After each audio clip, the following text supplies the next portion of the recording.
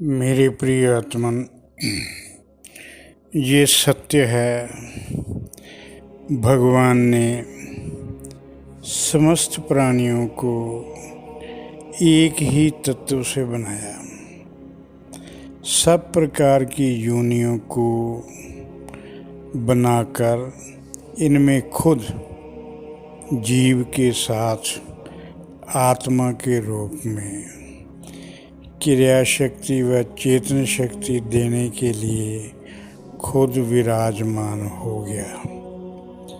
ये सच्चाई है, भगवान ने समस्त प्राणियों को एक ही तत्व से बनाया और सब प्रकार की योनियों को बनाकर जीव के साथ उनमें खुद आत्मा के रूप में क्रिया व चेतन शक्ति के रूप में विराजमान हो गया। ये सच्चाई है। प्रभु द्वारा बनाई गई हर आकृति में चेतना के रूप में, आत्मा के रूप में प्रभु विराजमान है। प्रभु ने अलग अलग योनियों की आकृति, जैसे मानव योनि की आकृति एक जैसे बनाई, कोई पार्शलिटी नहीं की। प्रभु ने अलग अलग योनियों की आकृति भी एक तत्व से बनाई, सबके लिए समान नियम बनाए।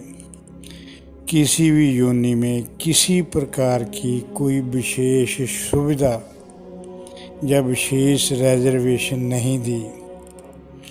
प्रभु के नियम सबके लिए समान, सब प्राणियों की प्रकृति द्वारा दी गई सुविधाएं एक समान, अस्तित्व के द्वारा, प्रकृति के द्वारा जो भी उनको सुविधाएं दी गई हैं वह भी सब एक समान, किसी से कोई वितकरा नहीं किया गया।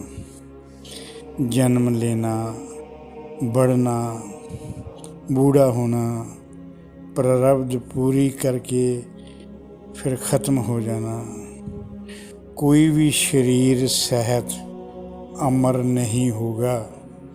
ये भगवान का नियम है कि जिसने जन्म लिया वह शरीर सेहत अमर नहीं होगा, उसका शरीर ख़त्म होगा ही होगा। कोई सदा जवान नहीं रहेगा।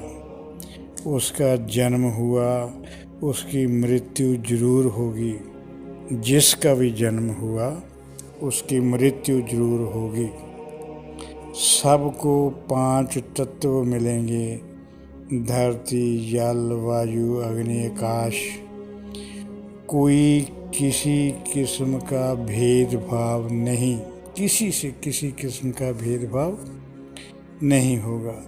सब प्रकार की चेतन आकृतियों में अदृश्य रूप में प्रभु मौजूद रहेंगे। सब प्रकार की चेतन आकृतियों में प्रभु अदृश्य रूप में मौजूद रहेंगे, दिखाई नहीं देंगे। केवल मानव योनि के अलावा किसी योनि के पास विवेक व बुद्धि ना होने के कारण वह अपने शरीर में प्रभु को महसूस नहीं कर सकेंगे। प्रभु का जप तप करने के लिए उनके पास विवेक बुद्धि नहीं है। उसे हर जगह प्रभु को महसूस करने की सोच नहीं है। शरीर के भीतर मौजूद प्रभु को अनुभव करने का विवेक केवल मानव के पास है और किसी योनि के पास नहीं। प्रभु की सत्ता सर्वव्यापक है, उसे कण कण में महसूस किया जा सकता है। शरीर के भीतर उसकी ऊर्जा को महसूस किया जा सकता है, उससे एक हुआ जा सकता है। परंतु प्रभु ने मानव को उसके साथ एक होने की यात्रा आसान नहीं रहने दी।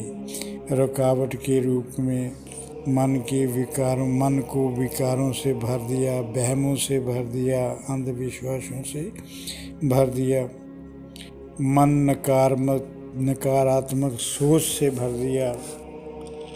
इनको संसारिक, मानसिक, धार्मिक बंधनों से भर दिया और नियम बना दिया कि इन सब से मुक्त हुए बगैर प्रभु को अनुभव नहीं कर सकोगे। और संतों से घोषणा करवा दी कि मानव जब तक प्रभु को अपने भीतर अनुभव नहीं करते वह मानव कहलाने के काबिल नहीं। कहने का भाव, मानव योनि होने के बावजूद अगर प्रभु को शरीर के भीतर महसूस नहीं करते, आप मानव योनि में होते हुए भी पशु योनियों के समान हो, अज्ञान योनियों के समान हो, मानव कहलाने के काबिल नहीं हो। मानव के आध्यात्मिक विकास के लिए सदा से प्रभु ने ब्रह्म ज्ञानी, ब्रह्मनिष्ठ संतों का प्रबंध कर रखा है और मानव को स्वतंत्रता दे रखी है कि ऐसे संतों की शरण में जाकर उनकी सेवा लेकर या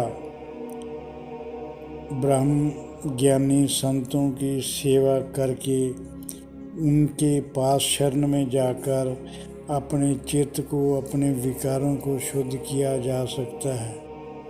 और ये भी कह दिया कि ब्रह्म ज्ञानी संत की संगत के बिना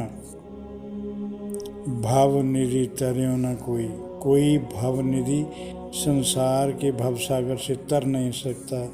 जो विरंगी शंकर सम हो, चाहे वह शंकर के समान ही क्यों ना हो। गुरु के बिना कोई भी प्रभु को अनुभव नहीं कर सकता, चाहे कोई ब्रह्मा जी, शंकर जी के समान क्यों ना हो। प्रभु का अनुभव करने के लिए मन को विकारों से मुक्त करना बहुत ज़रूरी है। आत्मज्ञान होना बहुत ज़रूरी है, आत्मबोध होना बहुत ज़रूरी है। संत हमेशा सचेत व होशियार करते हैं।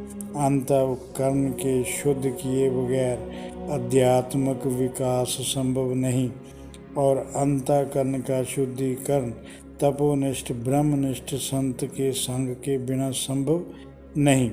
संत भी ऐसा जो अपना ब्रह्म ज्ञान, अपना अध्यात्म ज्ञान, अपना अध्यात्म वैभव आपकी मानसिकता में उतारने की समर्थ रखता हो। सच्चा सतगुरु सोई कहाए, जहाँ का जीव तहाँ पहुँचाए। जीव कहाँ से आया है? परमात्मा से जीव बिछड़ा है। अपनी मूर्खता के कारण, अपने अहंकार के कारण जीव परमात्मा से बिछड़ा है। ये कौन बताएगा? ये सतगुरु ही बता सकते हैं।